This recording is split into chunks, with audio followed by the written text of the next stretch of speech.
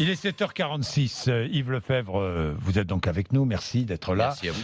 Yves Lefebvre, on va parler de la marche de la colère, mais sur Rouen, des policiers ont déposé plainte. Oui, les policiers vont déposer plainte et nous allons les accompagner dans cette démarche. On met à leur disposition un de nos avocats pour justement mettre en avant et dénoncer l'incompétence de l'employeur et la mise en danger des agents par l'employeur, en l'occurrence par le préfet de Seine-Maritime. Mise en danger par le Mise en préfet. danger, bien évidemment, parce que j'entendais votre invité tout à l'heure, Jean-Jacques, Oui. qui met particulièrement avec une capacité vraiment, je dirais, d'analyse bien précise, qui met en avant tous les dangers encourus par la population, bien évidemment, et aussi par les primos intervenants qui étaient les policiers. Qui étaient les policiers. Quand vous arrivez sur site, que vous voyez des pompiers légitimement, Oui. parfaitement équipés, parce que ce sont des professionnels qu'ils ont appréhendés, que nous, on envoie des équipages de police avec leur tenue traditionnelle, sans masque, sans rien. Et qu'on leur dit, non, mais vous inquiétez pas, il n'y a pas de danger. Il n'y a pas de danger. Il y a des incohérences. Il y a des policiers qui sont malades, là. Il y a des policiers malades, on a des policiers, autant CRS de sécurité publique, aussi aujourd'hui, qui souffrent de nausées, de maux de tête, d'irritation, bref, de tous les symptômes qui sont à rattacher manifestement à ce qui s'est passé.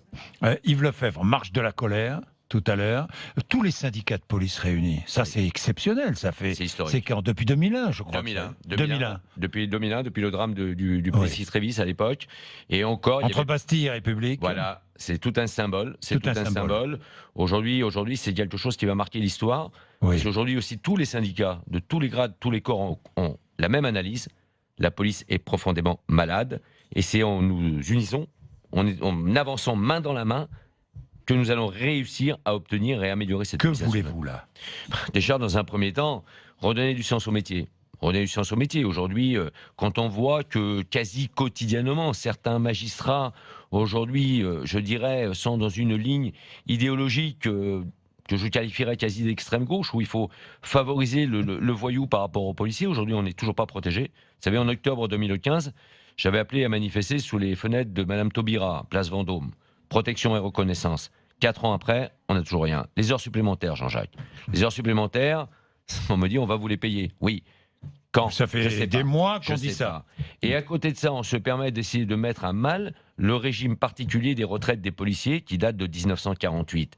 Moi, j'étais très lâche avec Christophe Castaner et Laurent Nunez la semaine dernière. J'aurais dit ok, très bien, vous retirez le régime particulier, vous me donnez le droit de grève.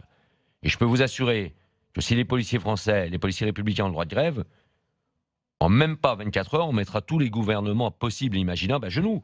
Donc il faut savoir ce qu'ils veulent aujourd'hui. On ne peut pas nous avoir retiré en 48 ce droit de grève et aujourd'hui nous dire on ne va pas vous le redonner, mais en même temps on va vous mettre à mal ceux qui avaient justifié ce retrait.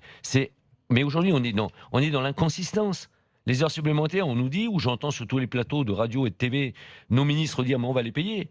Mais avec quel pognon? Il y a un plan de loi de finances, un projet de loi de finances qui a été présenté à la presse la semaine dernière. Le syndicaliste majoritaire que je suis ne l'a pas. Bon, vous voyez, à un moment donné, on arrête avec l'amateurisme ou pas? C'est tout, simplement. Mais après cette marche, il y aura du monde?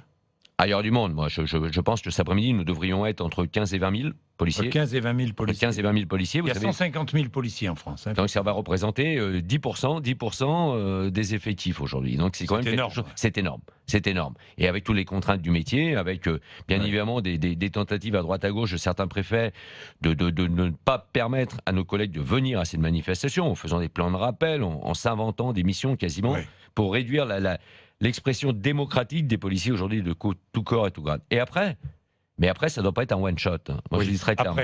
Après, moi, je suis un réformiste, à force ouvrière. Je donne jusqu'à la fin du mois pour commencer à avoir des avancées. Si à la fin du mois, on n'a pas d'avancées, on va rentrer dans un nouveau plan d'action. Plan d'action, ça sera lequel?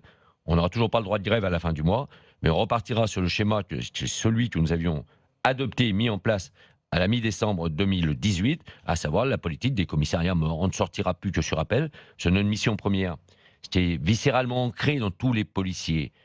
C'est l'assistance, l'aide et l'assistance aux personnes. Donc on sortira sur les appels, mais on ne fera plus d'initiative.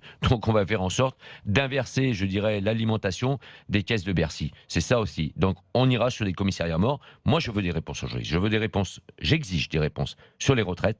J'exige des réponses sur l'amélioration du social qui est inexistant dans la police nationale. J'exige des réponses sur les effectifs. Vous savez, combien de fois chez vous, j'ai dit, ils m'ont mis 1000 CRS. Elle est en train de me dire, non, mais on vous en a mis 420 cette année. On va vous en mettre 420 cette année. Oui, il y en a 400 qui sont partis à la retraite. Dans le résultat des courses, on va nous en apporter 20 de plus. Donc, il nous en manquera toujours 980. Alors, très sincèrement, il faut qu'on arrête de nous prendre pour des imbéciles. Mais je peux vous assurer qu'on les a fait plier en décembre 2018. Eh bien, en décembre 2019, on continuera à les faire plier, ne leur en déplaise. Bien, merci Yves Lefebvre Merci à d'être venu nous voir. Nous en suivons. Retrouvez toute notre actualité sur videopolice.com, la chaîne YouTube d'Unité SGP Police.